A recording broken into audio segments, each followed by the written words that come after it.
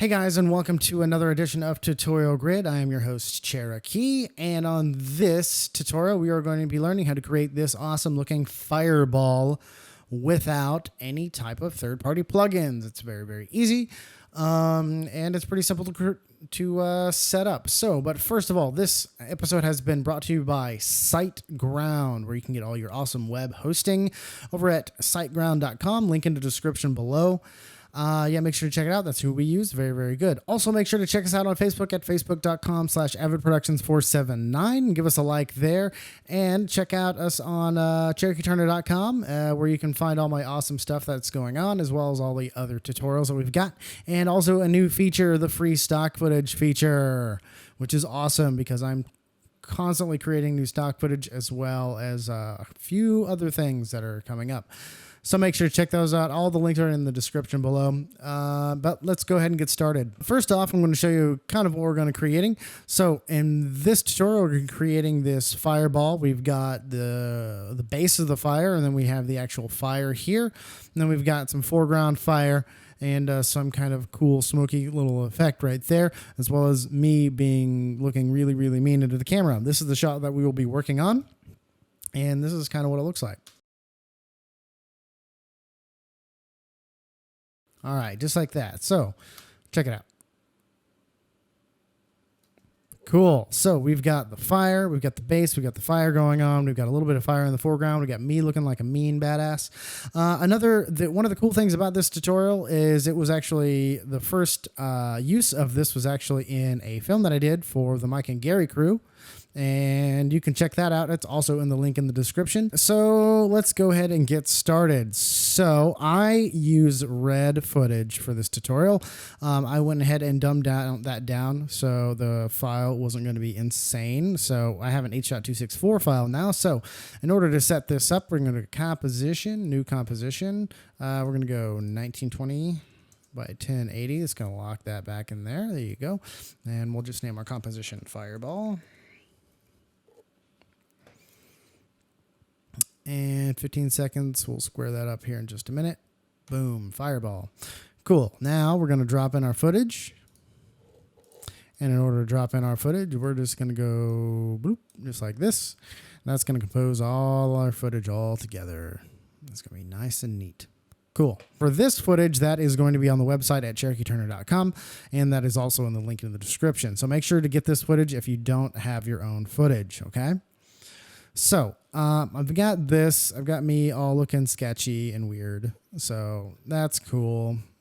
I look all sketchy. See, I'm silly. So I lit this with a tap light. So that's a fun way that you can kind of make this scene happen. I'm going to actually bring this down to like, how long is this? Not even 4 seconds. So instead of 15, I'm bringing this down to 4. Boom. 4 seconds. There we go.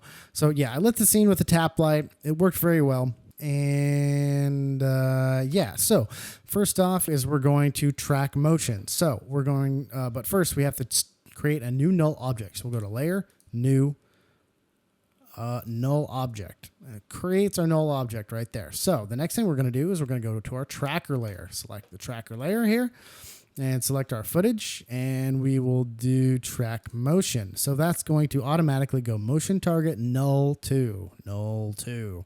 I already have a null 1 in this one, so we're using null 2 or null 1, whatever is on your composition. We are going to select our track point. We're going to make that a little bit bigger, and I think probably the best, I would use my thumb, but I believe it jerks here somewhere.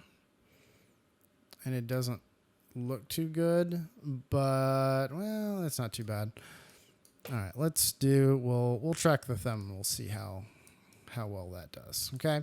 So we'll make this a little bit smaller, make that about right there, and we'll just go ahead and track our thumb.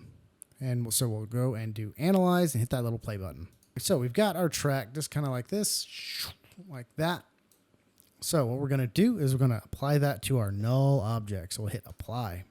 X and Y, and hit OK. The next thing we're going to do is we're going to create our fire texture. So we're going to go to Layer, New, Solid, and we're going to call this Fire Texture. Texture. texture. There we go. 1920 by 1080 is going to work just fine. And then we're going to go to our effects and presets and type in fractal. Man, come on. Fractal noise. Fractal noise. There you go. Fractal noise. And we're going to go ahead and bring that down to our fire texture. Boom. All right. Now, all of a sudden, we've got all this weird looking stuff. So first off, I'm going to go ahead and start making a look. So I don't need this to be so bright. So I'm going to bring up my contrast. And that's already going to give us some fairly good looks. And I don't need it to be so light still, but I do need it to be contrasty enough. So you kind of got this kind of cool look. And I already like that already. So now we're going to change the evolution. The evolution actually allows us to create movement in our texture. So what we're going to do is we're going to click this little stopwatch, and we're going to click that on the very first frame. Then we're going to drag our CTI all the way over to the end because we want to make sure the revolution goes all the way through our composition. And on here on the front, you can either spin this wheel a ton, or you can just click this little 0 over here on the end of the CTI and type in 4. That means it's going to revolve 4 times in the amount of time that it takes to get to this end point. And if you play that back, it looks very similar to this. So that doesn't look bad. Yeah, I think that's going to work just fine. So the next thing we're going to have to do is we're going to have to color this. So let's go ahead and delete our fractal noise, and we'll go to curves and drag that down onto a fire texture. So what does fire look like? I believe fire looks like, orange and red. So how are we going to get it orange and red? We're going to go to our blue level. This is going to bring our yellows out. We'll bring that blue down. And let's turn our reds all pretty close to up. And that's already going to give us some pretty good results. Now, depending on what the footage looks like or how you want to color correct in the end is how you should base what your color is going to look like. So I want mine to be a little bit more orangey. So I'm going to bring in a little bit more yellow. And this is already looking pretty good. So I'm going to go ahead and keep it like this. All right. Now the next thing we're going to do is I'm going to click on our fire texture. I'm going to hit Control D. Now that's going to allow me to duplicate this layer. And the reason why I'm going to duplicate that is because I'm now going to have to use an effect called polarize. Curves. Polarize. There you go. Polar coordinates. So this is going to allow me to create a shape on this layer that will allow me to do a effect over this that'll make it wrap around a ball. Okay. So that is going to be our interpolation layer, and we'll turn this all the way up. Now that you're probably thinking, Jerky, that kind of looks a little funny. So if you turn this all the way down, it does nothing. But if you turn it all the way up, it does absolutely something. So now that is going to give us a pretty good clean look. So now this isn't absolutely wrappable just yet. We still have a couple more things to do. So, yeah, okay.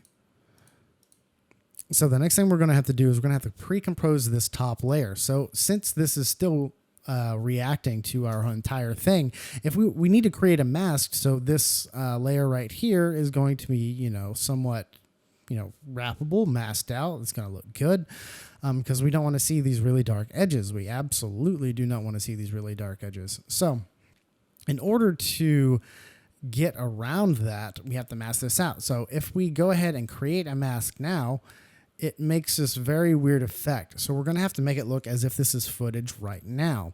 In order to do that, we're going to have to pre-compose the footage. So we'll select our fire texture and we'll go to Layer, Pre-compose. And we'll just call this Pre-comp Fire. And you're going to want to make sure to move all attributes into a new composition. That's going to allow us, the computer, to look at this as if it was a piece of footage. And then the next thing that we can do, now I'm going to have our other fire texture layer, and I'm going to go to Layer, Pre-compose, and I'm going to call this Fire Texture Bottom. And move all attributes into that. And then I'm going to take it and I'm going to move, I'm going to rotate it. So select my rotation tool and make sure I select just the one layer I want to rotate and rotate that.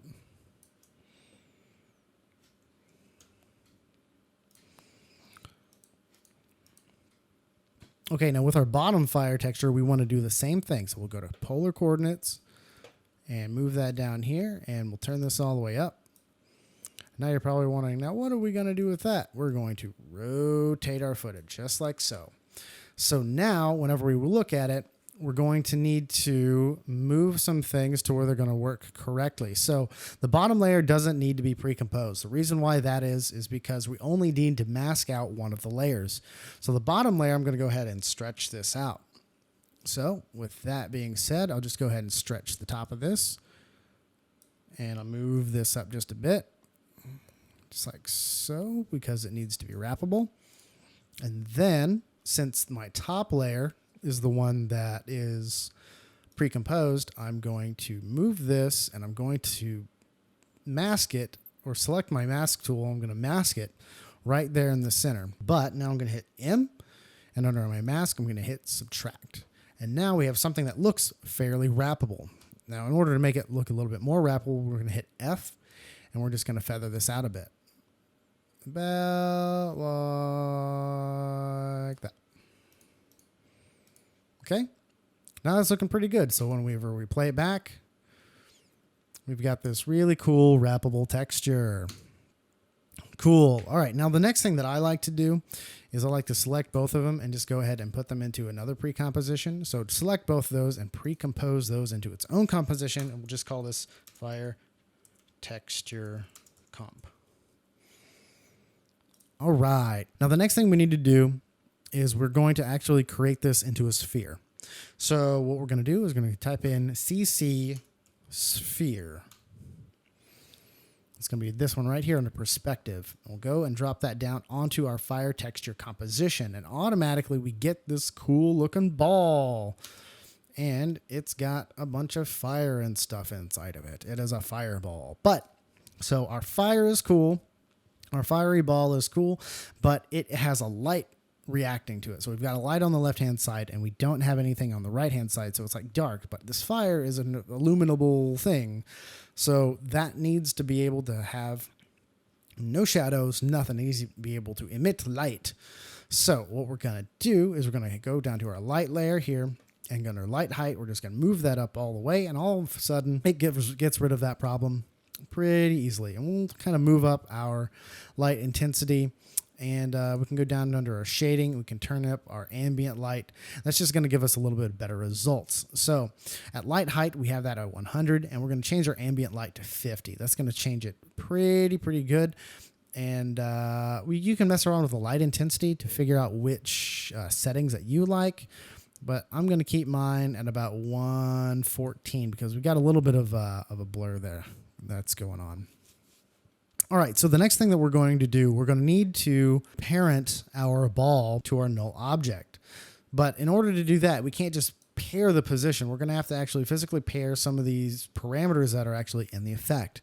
So we're going to pull down our transform properties in our null object, as well as our fire texture comp. So we'll go to effects, we'll bring down that drop down arrow and go to CC sphere. Now, in order to do this correctly, you're going to have to mess with the offset properties. Now, the offset properties are actually the physical attributes of where the sphere is in the composition. So it makes it look as if it's in some type of 3D space, because if you move it down, you can see that the bottom of this is different than when it was at the top. It makes it look as if it's in that 3D space, but it's not. So we can't react it as if it was on top of a 3D layer. So we have to make this look as if it is. In order to do that, we are just going to parent that to our null object. So the offset is our position, basically. So we'll go ahead and hit alternate stopwatch, and that's going to bring up our control, our expression controls, and we're going to pick whip that to our position. We'll get out of that. All right, so automatically we already have the results of this ball is now in our hand. So, well, it's not in our hand yet. We still have a couple of things we need to do. So, but that is parented to our thumb, which is, not a bad thing. It works fairly well in this instance. So we have a couple other things to do. So In order to get this correct, we now have to change our offsets. So we have to change our anchor point of where this is actually looking at. To make it look as if it's in our hand, we're actually going to have to physically change all of the attributes that are on this, which is fine. It's very easy to do. All you have to do is select all of your keyframes, and you can actually physically change all of those keyframes by X amount and Y amount. So I'm going to go ahead and just switch those over here and move that particle down. All right, so that's looking pretty good.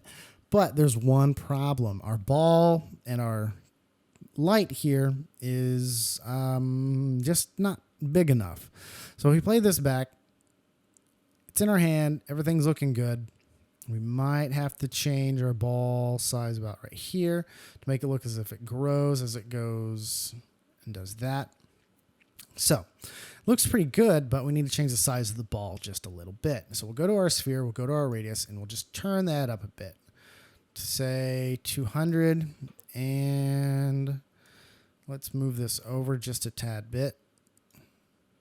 Move that over about right there so it covers that up a little bit. And maybe just bring it up just a little bit more. Let's say 217. All right, so now whenever we play it back, we've got the ball in the hand. So we've got a little thing that we're going to have to do. So since our light kind of gets into our frame here, just like this, we're actually going to have to mess with our... We're actually going to have to mess with the physical properties of our fire texture. Okay, so we're going to hit P. We're going to hit position right here. Well, not right there. We're going to go back to our frame where it kind of gets in, about right here. So we're going to click our stopwatch about right here. We're going to have to animate it to where it moves down about right there. So whenever it goes out like that, maybe about right here. Right there, so it moves down like that, like that. Cool. All right, the next thing that we're going to do, since we've got that all taken care of, is we're going to select our bottom layer here, our actual physical footage, and we're going to hit Control D.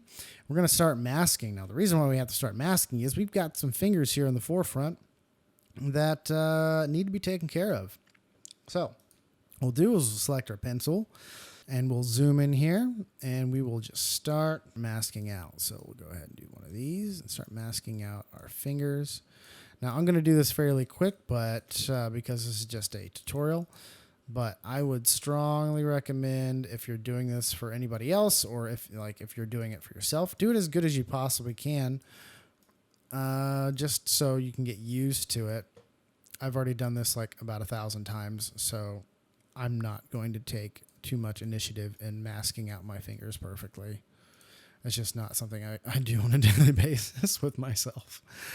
Okay, let's get this, and then cut it off here. All right, so we've got our mask around our fingers. That's not looking too bad. Let's feather this a little bit.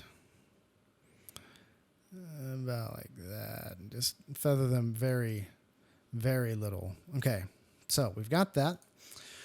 So the next thing we're going to have to do, since we're on our first frame, we're going to need to click our stopwatch for mask path. And then here comes the fun. We need to mask all of these frames. So let's go ahead and get started.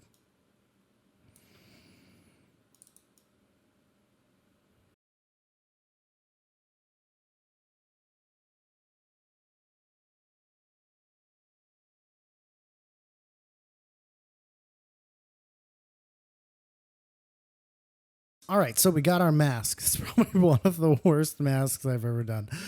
But it's quick, it's simple. So we've got our mask there. We've got a little bit of spillage right there that we could fix, but I don't think there's really any reason to fix it because this thing's going more likely to be about blown out white. That I don't like that, actually. Push that in. Yeah, fixed. All right, so the next thing that we're going to do, so we're holding this this fairly hot ball of fire. So the next thing we're going to do is we're actually going to put some depth to this ball. So first of all, if you notice, my hand is fairly blurred out right here, and we got a very nice crystal ball. So I'm going to go ahead and fast blur the crap out of this ball because it should not be crisp.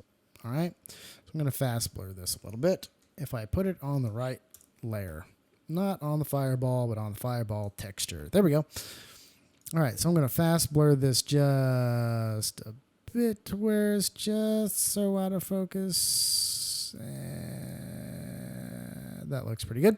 All right, so the next thing I'm going to do is I'm going to duplicate my fire texture comp. So Control Duplicate. And what I'm going to do is I'm going to, again, fast blur the crap out of this and poof, push that up. So I'm going to actually drag this down to the bottom, and I'm going to, whoops, not double click on it, but I'm going to click on my fire layer. I'm going to rename this from Fire Texture Comp to Fire Texture Comp Back, like baby got back. Then I'm going to go change the mode to Add. That's just going to add a little bit more dimension to it rather than be somewhat of a non-dimensional being. And I want to kind of make the blur fairly... I'll give it more of an ominous blur. So I'll just go ahead and blur the crap out of that background. And I'm going to go ahead and duplicate that background again. And I'm going to bring it down just a little bit more to about 602. I'm going to duplicate that. Whoops. I'm going to select that layer again, duplicate that layer, and this time I'm going to bring that fast blur comp down just a little bit more to where we have a little bit more of an ominous of a glow right here. And I'm going to duplicate that one layer one more time, and I'm going to give it more of a fast or a closer glow. Okay, so the next thing I'm going to do is I'm going to go ahead and duplicate that layer one more time, and I'm going to place it on top of our comp precision. Except this time, I'm going to name this front. Boom. And I'm going to make this a little bit more of an omni glow, about like that. It's going to be put on top of my glow layer. So now we have this fairly nice looking glow. Isn't that cool? Now, one thing, if you don't like what this kind of looks like, you can kind of push this on top of the fireball, and that's going to give it a little bit more depth. And then you can duplicate that and you can put it below it, so you get more of like a glowy look. Me personally, I don't like it being pushed below. It gives it a little bit more of a depth if you use it this way. So I like keeping it like that. And so the next thing I'm going to do is I'm going to duplicate this one more time that's underneath our background composition. So it's going to be this guy right here. Go ahead and duplicate that one, delete our fast blur. And we're actually going to go into our effects and presets and type in blur real quick. And there's going to be one specific type of blur we're going to be looking for, not blur. And that's going to be called compound blur. Okay, so bring that onto our composition, and right away we get a little bit of a result. It kind of gives us a little bit kind of a fiery look, but if you bring this to stretch to map, it kind of gives this really cool fiery look. So whenever you play this back,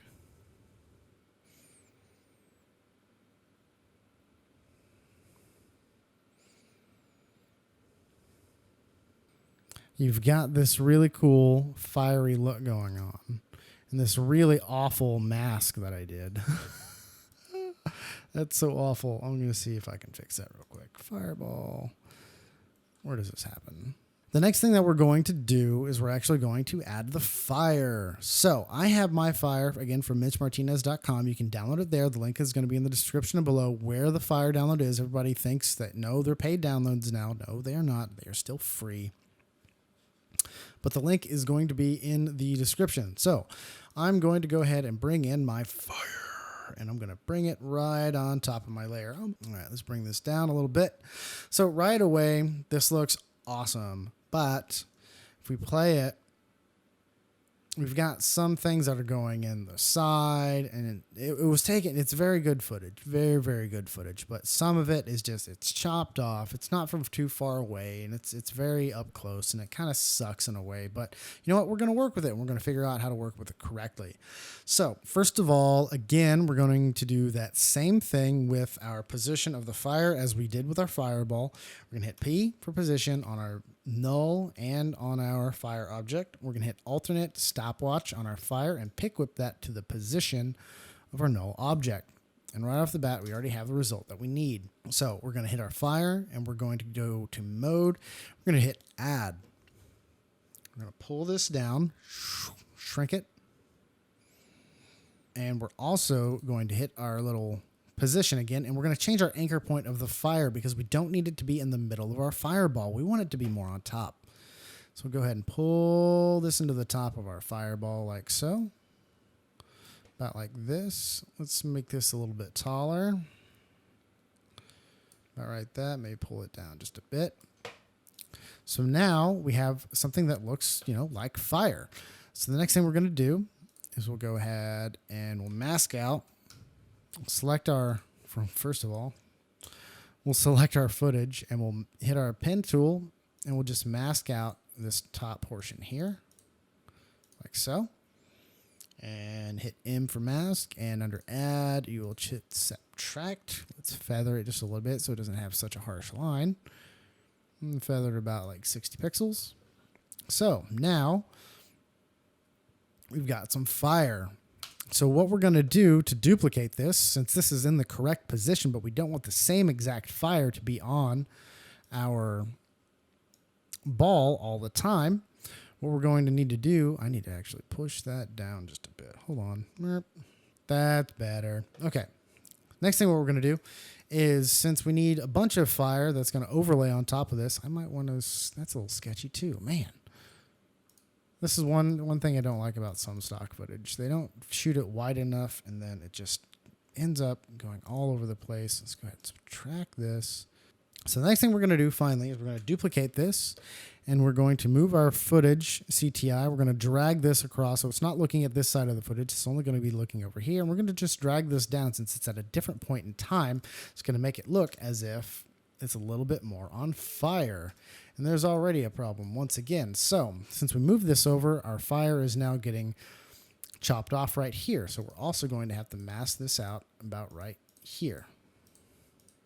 Now, again, we're going to duplicate our footage, and we're going to do the same thing. We're going to move it to another spot in the timeline, move it down, except this time I want to hit my P for position and go to our transform layer. And I'm going to anchor this all the way down. So I'm going to want some taller flames.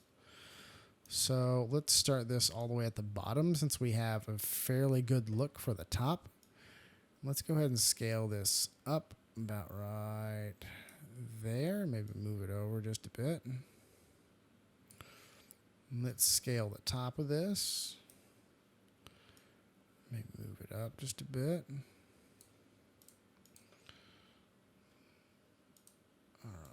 I see our fire is actually on top of our one layer, so we'll need to bring that down.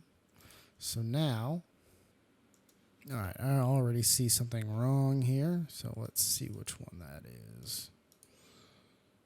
Doop, doop, that one. Boom. Transform. Let's push that over to the right some. Right there. Let's move this down since we've got that fairly far up. About right there. Come on, move it down. Oh, that's right. I have to anchor it. So it's on the anchor. Let's move this down a bit. That's to the left. Let's move this down further. So now we've got a full kind of fiery ball going on. All right, so this is what this looks like. Just like this, and then vroom, just like that. So now I see this is not a good thing, but we'll fix that here in just a minute. So we've got the fireball, but this is pretty much the finished effect. This is kind of what that looks like. This is how that was created, and you can duplicate this a ton of times to get to the look that you're really wanting to go for. But it's essentially exactly the same as what I'm doing. It's the same principles. Now you can also add some fire that is up front of the hands, kind of maybe. Let's see what this looks like if I do this. Let's duplicate that and let's put it on top, and let's rotate it just a little bit. Let's make it a little thinner. Whoops, let's not do that. Let's make it thinner. Let's make it more like this. Let's make it a lot thinner, actually. Let's do something more like that. Transform, anchor point to the right. But over here, maybe more like this. You can kind of have these where they go on top of your layer a little bit. So it gives them just a little bit more depth. You can see that right around there. Let's do that one more time. Let's push this back right over here. And let's go transform. Let's move this over.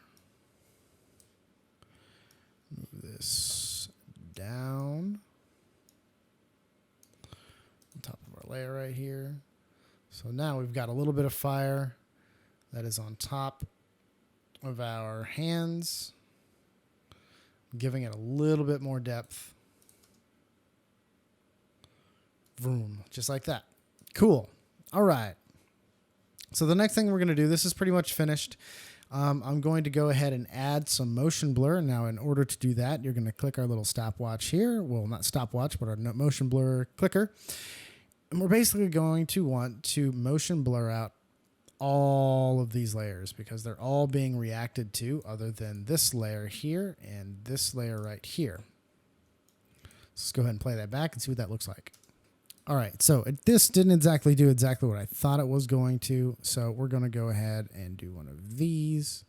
So obviously there's not a hand there. We'll do one of these just like this. So now we will add there and see what that looks like. Just like so. Maybe we should on the, yeah, we'll go ahead and add the motion blur effect on here. That's going to help that out a lot. That's why that didn't work. All right, so now what that looks like is just like that. Boom.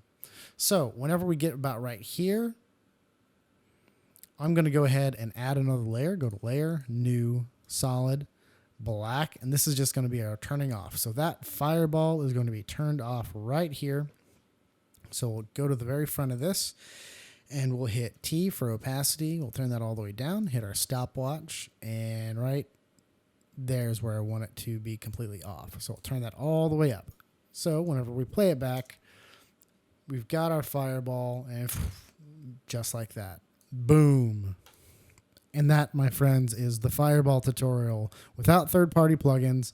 Me personally, I would much rather use like Video Copilot, Element, things like that. It's essentially exactly the same thing, except you're using a 3D plugin as well as 3D space. So you're actually able to manipulate it a little bit easier in 3D space rather than trying to mimic it with scale and whatnot while trying to do all that stuff in the timeline. It's just a little bit easier. It's something I personally prefer. And if you're wanting to add a fireball into like a 3D scene, it's definitely much preferred. That's what I used in the Mario scene. That's why it looks a little bit more realistic. But this actually gives us very good results. So that is the fireball with my awful mask. But that is it. I hope you guys enjoyed the tutorial. Again, hope you guys enjoyed the tutorial.